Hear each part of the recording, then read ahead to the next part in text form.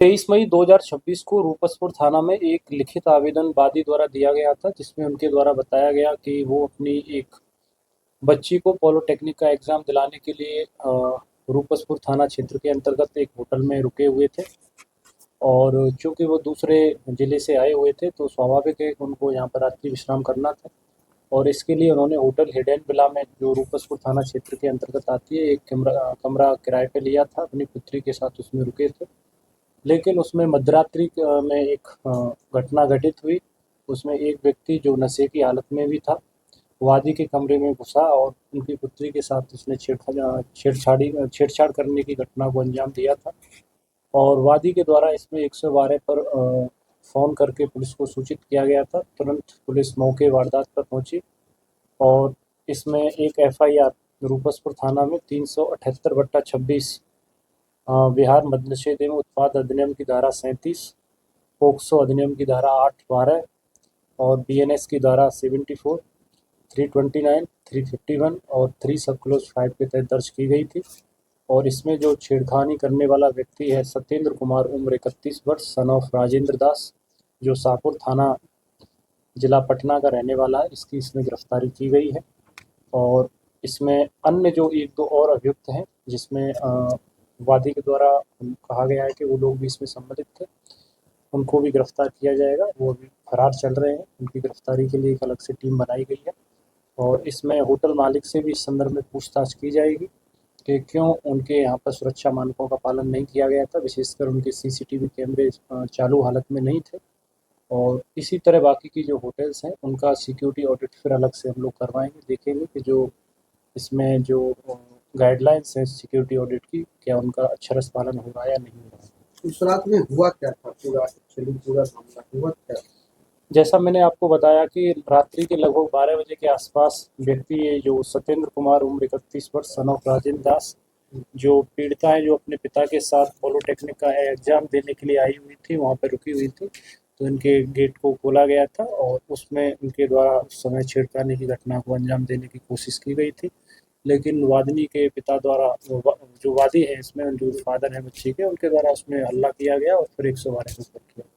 Sir, शराब party की भी बात आई है होटल में सर? शराब पार्टी की बात नहीं है। शराब पिए हुए था ये व्यक्ति। अब ये कहाँ से पी के आया था, ये जांच का विषय है। या तो नहीं, रूम में अकेला ही था उस टाइम पर है। लेकिन इसके सहयोग में अभी कुछ कैमरे हम लोग देख रहे हैं, क्योंकि कैमरा तो होटल में था नहीं, बट उसमें जो फुटेज बनाई गई है उसमें लग रहा है कि 2 या से 3 व्यक्ति अन्य भी है। लेकिन मुख्य जो अभियुक्त है इसका, वो पुलिस के द्वारा अरेस्ट कर लिया गया है, सत्येंद्र कुमार। सत्येंद्र कैसे पहुंचा सर होटल के फर्स्ट फ्लोर तक? क्या वो कमरे उस होटल में रुका था या फिर कैसे वो उस होटल के कमरे तक पहुंचा?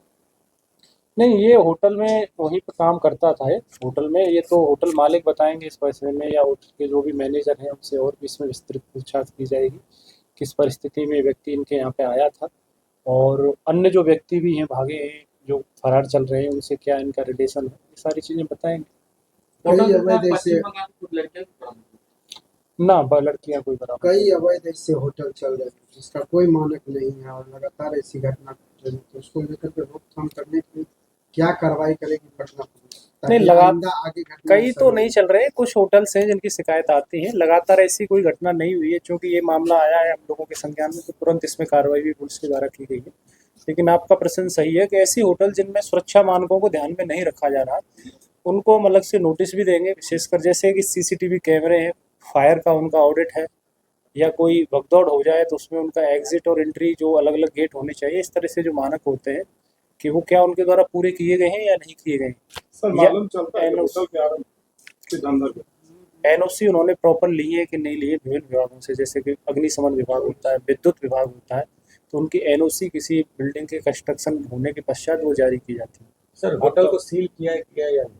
होटल को सील किया गया है। इसमें मजिस्ट्रेट की उसमें किया जाएगा, मजिस्ट्रेट की उपस्थिति में इसमें, क्योंकि एक ये भी संभावना है कि ऐसा तो नहीं कहीं कोई और भी माइनर गर्ल इसमें बुलाई जाती है। सारे बिंदुओं पर हम लोग इसमें चेक करेंगे। होटल मालिक की क्या इसमें सवाल? अभी तक तो इसमें संलिप्तता होटल मालिक की नहीं सामने आई है। होटल मालिक घटना स्थल पर उस दिन था भी नहीं।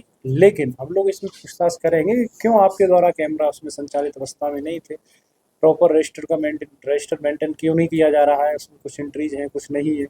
इसके अलावा उसमें जो पीड़िता आई है तो उसके साथ आपने कैसे स्टाफ को भर्ती किया, या ये लोग कौन है, इनका क्या वेरिफिकेशन किया गया था, नहीं किया गया था। क्योंकि एक सुरक्षा मानकों में ये भी है कि होटल में जो कर्मचारी या जो स्टाफ कार्यरत है उसका पुलिस वेरिफिकेशन निश्चित तौर पर करवाना चाहिए। उसको बताना चाहिए ऑनर को, होटल वाले को, कि हमारे यहाँ इतना स्टाफ काम करता है, इनका आधार कार्ड ये है, ये यहाँ के रहने वाले हैं, ताकि पुलिस उनको उनके जो पैतृक स्थान है या उनका जो मूल निवास है तो वहाँ जाके पत्राचार के माध्यम से उसको सत्यापित कर सके। होटल संचालक की जो जानकारी मिली है कि वो क्या कोई पुलिस अधिकारी या एसएसबी का कोई अधिकारी? बताया जा रहा पिता को धमकी दिया जा रहा है कि कोई अधिकारी बन करके। नहीं, अभी तो संज्ञान में नहीं आया है, लेकिन अगर दिया जा रहा है तो वो अपना आवेदन दें, उसमें भी कड़ी कार्रवाई की जाएगी। कड़ी तो कार्रवाई, इसमें 24 घंटे भी नहीं लगे, तुरंत पुलिस ने इसमें अरेस्ट किया है। कुल कितनी गिरफ्तारियां हैं? एक ही गिरफ्तारी है जो मुख्य अभियुक्त था, एक ही व्यक्ति के द्वारा छेड़छाड़ी की घटना उसमें दिख रही है, लेकिन चूंकि अन्य व्यक्ति भी इसके साथ सम्मिलित होने की संभावना है, तो चूंकि एफआईआर में उनका नाम है, उनके खिलाफ भी कार्रवाई की जाएगी, पूछा जाएगा।